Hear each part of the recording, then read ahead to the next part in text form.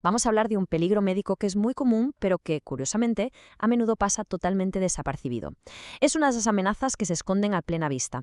Y claro, entenderla bien es el primer paso para poder combatirla. A ver, esta pregunta tiene miga. Pensemos un momento en lo que implica. No estamos hablando de enfermedades incurables o accidentes imprevisibles, no.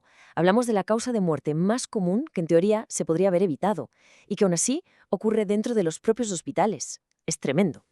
La respuesta está muy ligada a esta cifra, un 11,6%. Esa es la tasa de mortalidad de una embolia pulmonar, que es lo que pasa cuando un coágulo de sangre acaba llegando a los pulmones. Es un final devastador para algo que, y esto es lo más importante, en muchos casos se puede prevenir. Pues aquí lo tenemos, el culpable de todo esto, el tromboembolismo venoso, o ETB, si usamos las siglas. Ese es el término general para esta afección, que básicamente consiste en la formación de coágulos de sangre muy peligrosos dentro de las venas. Vale, para entender bien esta amenaza vamos a seguir un camino claro. Primero vamos a definir qué es exactamente la ETB, después veremos la receta que hace que se forme un coágulo, identificaremos los riesgos principales, aprenderemos a reconocer las señales de alerta y finalmente veremos cómo se diagnostica y sobre todo cómo se previene. Venga, pues empecemos por lo básico. ¿Qué es exactamente el tromboembolismo venoso? Es fundamental entender que tiene como dos manifestaciones principales, dos caras de la misma moneda. O sea, la ETB no es una única cosa. Es más bien un término paraguas que engloba dos problemas que están muy relacionados y que son muy serios: la trombosis venosa profunda, que llamaremos TVP, y el tromboembolismo pulmonar, o TEP. Aquí está la diferencia, que es clave. Todo suele empezar con una TBP, o sea, se forma un coágulo en una vena profunda, casi siempre en una pierna. El verdadero peligro, el momento crítico, llega si ese coágulo se suelta, se convierte en una especie de proyectil que viaja por la sangre y, ¡zas!, acaba en los pulmones, bloqueando el paso. Eso es el TEP, y es una emergencia médica de primer nivel. Pasemos a ver cómo se llega a esto. ¿Qué tiene que pasar en el cuerpo para que se forme uno de estos coágulos tan peligrosos? Pues resulta que hay una especie de receta clásica para ello. Este proceso se conoce como la triada de Virchow. Pensemos que es una receta con 3 ingredientes. El primero, que la sangre fluya lenta o directamente se estanque. A esto se le llama estasis venosa. El segundo, que la pared de la vena por dentro esté dañada. Y el tercero, que la sangre, por la razón que sea, tenga más tendencia a coagularse de lo normal. Cuando se juntan estos 3 factores, tienes la tormenta perfecta para que se forme un coágulo. Claro, si ya conocemos los ingredientes, la pregunta es lógica. ¿Quién tiene más papeletas para que se le junten los tres?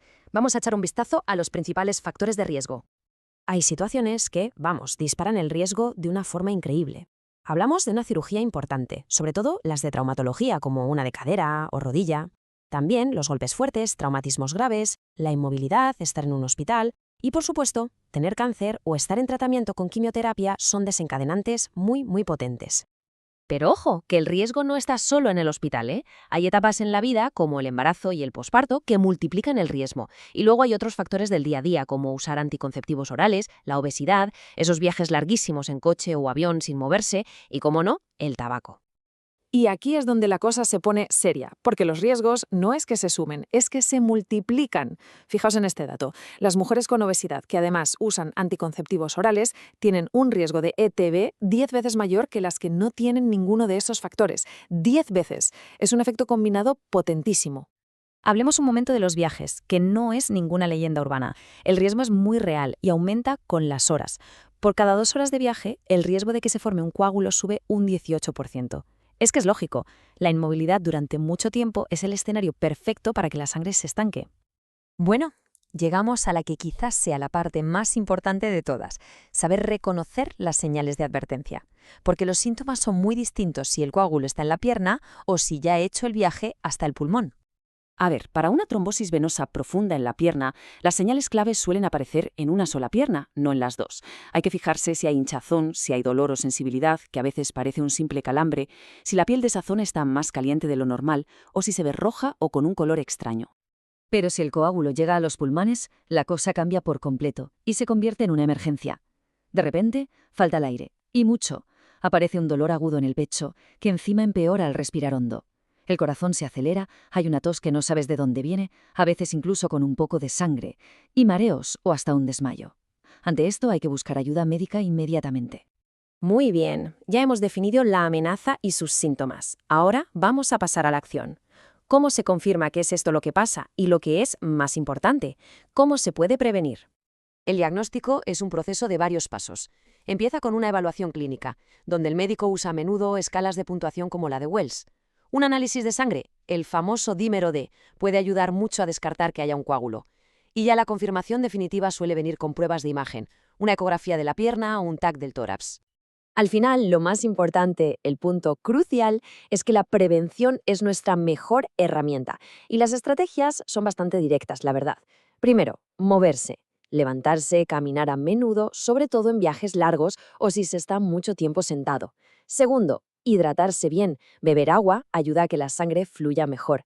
Tercero, conocer los factores de riesgo personales para poder comentarlos con el médico. Y por último, seguir siempre las indicaciones preventivas, sobre todo en situaciones de alto riesgo como una cirugía. Y para que no quede ninguna duda de la importancia de esto, esta cita de la guía médica Semergen lo resume todo. La palabra clave aquí es evitable. Es que la prevención y darse cuenta a tiempo marcan toda la diferencia. El tromboembolismo venoso es, sin duda, una amenaza silenciosa, pero ya no es invisible. Ahora que las señales son conocidas, la pregunta que nos queda es, ¿a qué vamos a prestar atención? Estar alerta a estas señales en uno mismo o en la gente de nuestro alrededor puede, literalmente, salvar vidas.